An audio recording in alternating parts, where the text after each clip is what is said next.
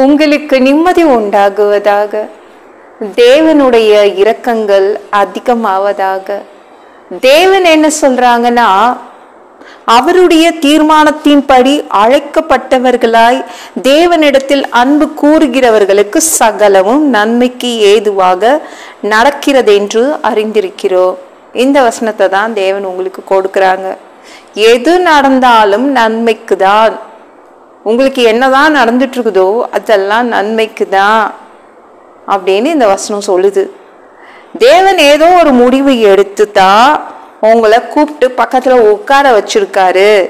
அவர் ஏதோ உங்க வாழ்க்கை குறித்து ஒரு சூப்பரான முடிவு எடுத்து உட்கார வச்சிருக்காரு, உங்களை பக்கத்துல உட்கார வச்சிருக்காரு. ஏதோ ஒன்று உங்களுக்கு கொடுக்க போறாருங்க. சரிங்களா? அது மட்டும் நீங்க அது மட்டும் இல்லை, நீங்களும் தேவன் மேல ரொம்ப அதிகமா அன்பா இருக்கிறீங்க. நீங்க ரொம்ப அன்பா இருக்கிறீங்க. அவரும் உங்க வாழ்க்கையை குறித்து ஒரு சூப்பரான முடிவு எடுத்து வச்சிருக்காரு, தீர்மானித்து வச்சிருக்காரு. அப்ப எதெல்லாம் உங்களுக்கு நடக்குதோ அதெல்லாம் நன்மையாக மாறும். எந்த முடிவு தேவன் எடுத்து வச்சிருக்காருல ஒரு சூப்பரான வாழ்க்கை, அதை நோக்கி உங்களை நகர்த்தி கொண்டு செல்லும், உங்களை கடத்தி கொண்டு செல்லும். ஒரு சூப்பரான முடிவு தேவன் எடுத்து வச்சிருக்காரு பாத்தீங்களா? அந்த வாழ்க்கைக்குள்ள உங்களை பிடிச்சி தள்ளிட்டே போயிடும். இப்போ உங்க வாழ்க்கையில ஒரு வியாதி இருக்குது வச்சுக்கோங்க, உங்க வாழ்க்கையில ஒரு பிரச்சனை இருக்குதுன்னு வச்சுக்கோங்க, உங்க வாழ்க்கையில ஒரு கடன் தொல்லை இருக்குதுன்னு வச்சுக்கோங்க, அது நன்மையாக மாறும். அது உங்களை நகர்த்தி கொண்டே போயிடும். எந்த இடத்துக்கு நகர்த்தி கொண்டு போகும், எந்த இடத்துக்கு கடத்தி கொண்டு போகும்னா, தேவன் உங்களுக்காக தீர்மானித்து வச்சிருக்காருல ஒரு முடிவு, சூப்பரான முடிவு. உங்க வாழ்க்கைக்கு உங்க எதிர்காலம் ஒன்று வச்சிருப்பார் சூப்பரா. அங்க நோக்கி உங்களை பிடிச்சி தள்ளிட்டே போயிடும்.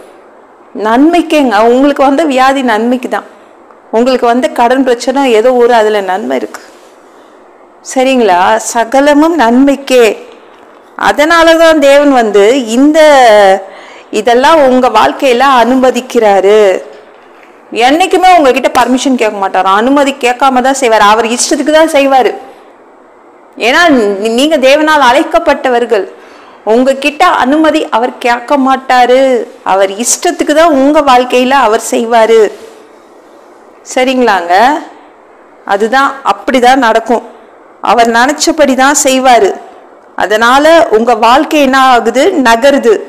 எதை நோக்கி நகருதுன்னா, ஒரு சூப்பரான வாழ்க்கையை நோக்கி. தேவனால் அப்படியே எடுத்து வச்சிருக்காருல ஒரு வாழ்க்கை, முடிவு எடுத்து வச்சிருக்காருல, அந்த வாழ்க்கைக்குள் உங்களை தள்ளிட்டே போயிடும். சரிங்களாங்க? ஆனா அவர் இஷ்டத்துக்கு தான் செய்வார். அவர் உங்க வாழ்க்கை உங்க இஷ்டத்துக்கு இருக்காது. இருக்குதாங்க? உங்க வாழ்க்கை உங்க இஷ்டத்துக்கு இருக்குதா? என் வாழ்க்கை என் இஷ்டத்துக்கு நடக்கல, எதுவுமே நடக்கல. உங்க வாழ்க்கை உங்க இஷ்டத்துக்கு நடக்குதா?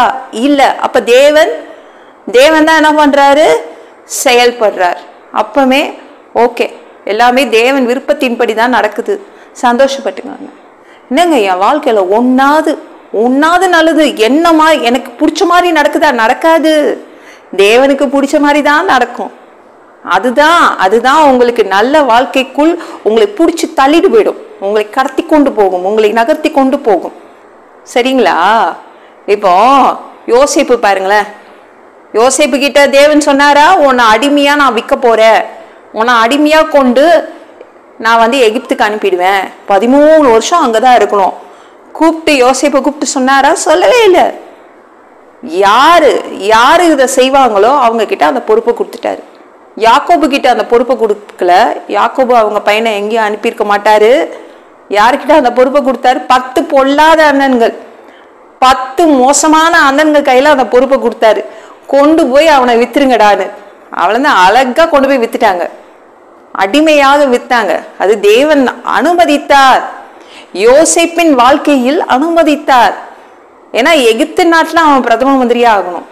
13 வருஷம் அவன் அடிமையா இருந்து எல்லா வேலையும் கத்துக்கிட்டு அவன் எகிப்து மக்களை பத்தி தெரிஞ்சுக்கிட்டு அந்த நாட்டுல பிரதம மந்திரியா ஆகணும், அங்க அவனை நான் உயர்த்துவேன் அப்படின்னு சொல்லி அவன் வாழ்க்கையில அவனுக்கு பிடிக்காத ஒன்றை திணித்தார்.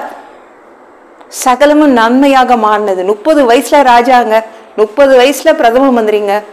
செம்மல திணிப்பார், சிலவற்றை உங்கள் வாழ்க்கைக்குள் திணிப்பார். ஆனா அது நன்மைக்கே. அவையெல்லாம் நன்மைக்கு. இன்னுங்க அந்த வியாதி இப்படி இருக்கு, நான் எதிர்பார்க்காம இந்த வியாதி வந்து நிக்குது, இந்த வறுமை, இந்த கடன் பிரச்சனை, இந்த ஆளு, ஷோ என் குடும்பத்துல ஏன் இவங்க இருக்காங்க, ஏன் இந்த மாதிரி இந்த வேலையில இந்த ஆள் இருக்காங்கன்னு கேக்குறீங்களே, உங்களுக்காக தான். அவர் இதெல்லாம் உங்க வாழ்க்கையில அனுமதித்திருக்கிறார், திணித்து வச்சிருக்கிறாரு. இப்படிதான் இருக்கும். சகலமும் நன்மைக்கு ஏதுவாக மாறும். ஒரு காலம் வரும், அவர் தீர்மானித்த அந்த முடிவு, உங்க வாழ்க்கை குறித்து ஒரு முடிவு எடுத்து வச்சிருக்காருல, அது கிட்ட போயிடுவீங்க, அதுக்குள்ள போயிடுவீங்க. சகலமும் நன்மைக்கு ஏதுவாய் முடியும். இந்த வீடியோ பிடிச்சிருந்துச்சுன்னா மற்றவங்களுக்கு ஷேர் பண்ண மறக்காதீங்க. கர்த்தர் தாமே உங்களை ஆசீர்வதிப்பாராக.